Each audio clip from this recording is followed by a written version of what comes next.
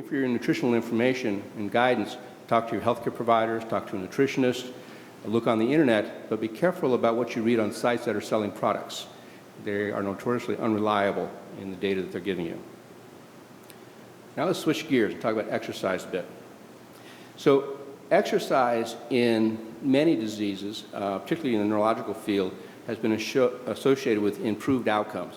Obviously, it can improve your aerobic capacity and strength and endurance, but it also can decrease fatigue, it can improve depression, cognition, it improves what we call self-efficacy, which is a sense that you have some control over what's happening to your life, and overall quality of life is improved. There's another aspect of exercise or activity, though, that we need to understand, and this is the concept of brain reserve or cognitive reserve. So I'm going to need to explain this for a second. So your brain has a capability of compensating for injury, and the amount of compensation that it has can be referred to as its reserve capacity. There are actually two biological bases for this reserve capacity. One is the actual size of your brain, number of neurons that you have, and how that was affected in early life and development. That's called brain reserve. Cognitive reserve is a term that's been developed in the Alzheimer's literature primarily to address the reality that you can increase the amount of reserve function you have in your brain by being physically and intellectually active. So let me show you a little bit more about that. So this is a functional MRI of a healthy subject on the left, your left, and a patient with a first inflammatory demyelinating event on the right. And patients are in the MRI machine, and they're simply tapping a rhythm with their right hand, with the right finger. They're hearing a rhythm, and they're just tapping that rhythm. And what you're seeing here in the red, yellow, and blue areas is these are the areas of the cortex that are actually activating so that they can do that task. And what you see in the healthy subject is, I'm sorry, I don't have a pointer here, but you see that the volume of the brain that is lighting up is relatively small compared to the patient with the first demyelinating event or first MS lesion on the right-hand side. However, the patient with the MS is actually normal. She has normal function on neurological exam. And the reason she has normal function is she's been able to recruit more of her cortex, use additional areas of the brain to allow her to do that task. So that's cortical plasticity, or flexibility.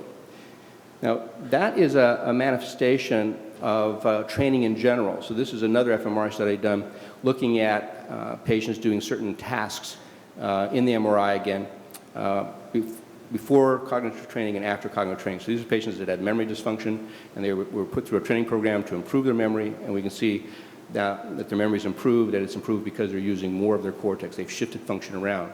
In fact, the brain is so plastic, it can shift function from one side to the other side of the brain. And in children, they have remarkable plasticity. They can have a major neurological injury early in life.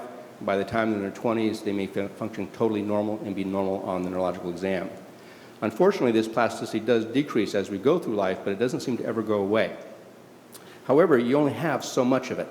So you only have so much brain reserve and cognitive reserve. So this is the paradigm. This is from Dr. Stern, who sort of assembled this concept. The top line are patients that have bachelor's degrees and above. The bottom line are patients that had high school education or less. And these are all patients that have Alzheimer's disease. And what he's demonstrating is that patients who had more education took longer before they begin to decline in their cognitive function than patients with lower. That difference is the amount of reserve function you can build into the brain by simply being active. This is also affected by physical activity. In fact, physical activity can improve cognitive function and expand this cognitive reserve more so than just cognitive exercises can. So to go into this a little bit more detail, the background behind brain and cognitive reserve are multiple. First are genetics. Your brain size is primarily determined by genetics. It's also determined by factors that occur in the uterus during embryonic development, adequate nutrition, infections, etc. And then it's affected also by what happens after the child is born. Again, nutrition, illnesses, physical activity. So there are factors that actually can decrease the amount of reserve that you have. It's environmental factors. You could put football there. And there are activities that actually increase the reserve capacity you have, and that's dancing, walking, reading, doing art, exercising. All those things increase the amount of reserve that you have. And it's the balance between these things overall that determines how much your brain can compensate for injury as you go through life. Evidence for this is here. This is a recent study, James Sanowski and others in New Jersey. And basically, they looked at cognitive function this happens to be in MS patients, but they looked at it as a function of brain volume and also based on how active individuals were in early life. And again, I'm sorry, I don't have a laser pointer, but on the top left graph, what you can see is there's a positive correlation that the larger the brain is, the better they scored on the cognitive test. And in the lower one, we've now separated the patients to those that have a lower burden of disease versus higher burden of disease. Again, this is MS, but in Erdheim-Chester, it's the same kind of problem when the brain is involved. And patients who have larger brains actually have less decline in function over time, even though what's happening in the brain is the same as in the other patients. On the right-hand side, what we're looking at there is the impact of being physically active. So I'm not talking about just exercise. I'm talking about going to the theater, volunteering, just staying physically active, getting out of the house on a regular basis.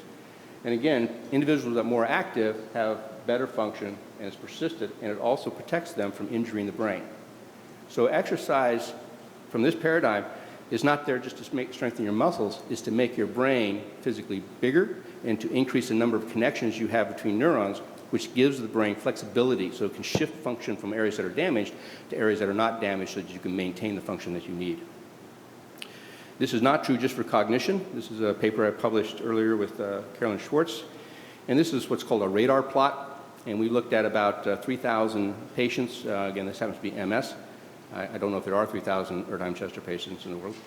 But we did look at 3,000 of these patients.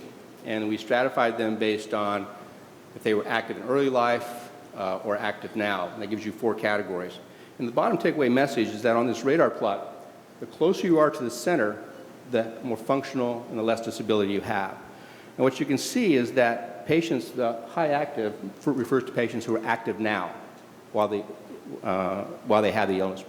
And what it shows is that being physically active actually decreases the amount of disability these patients report in all domains. It's true in cognition, but it's also true in mobility, hand function, pain, sensation, spasticity, vascular health, and vision.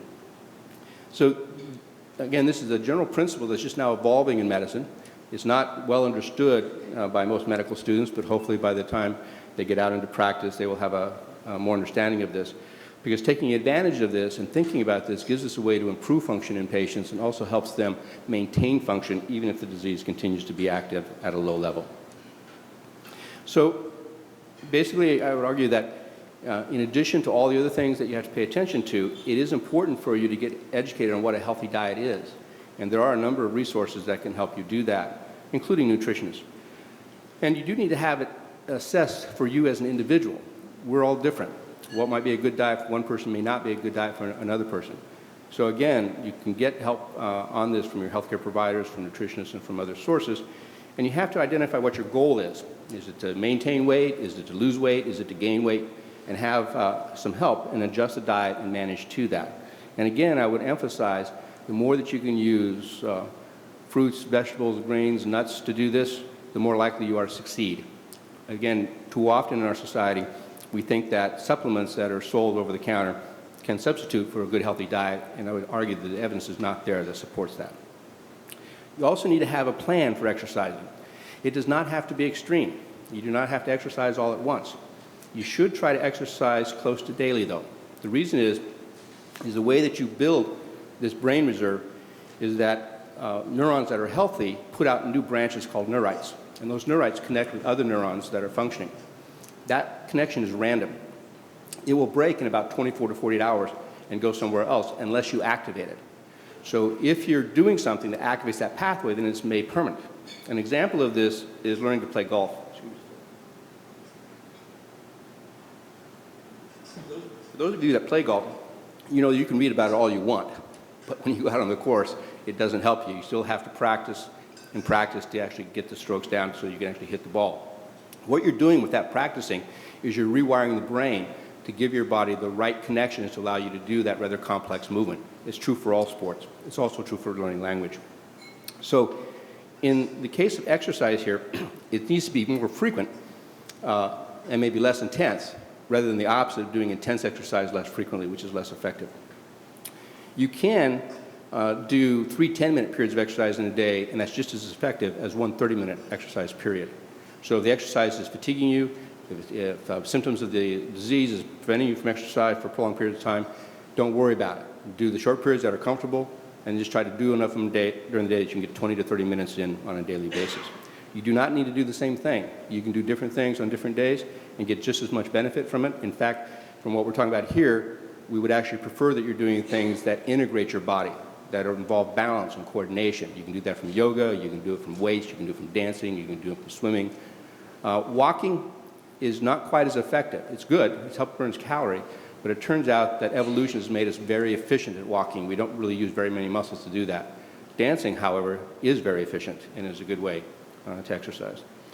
And then finally, just to emphasize that in terms of repair of neurological function, the only proven reparative therapies that we have are exercise and activity. We are working on therapies. Now, to do that, we have 3 monoclonal antibodies in the clinic, stem cells in the clinic. And so for the first time in history, we're actually testing in humans strategies to repair the nervous system. And hopefully they'll be successful. But in the meantime, maintain a healthy diet and stay physically active, and that will give you a good chance of minimizing further changes. Thank you very much.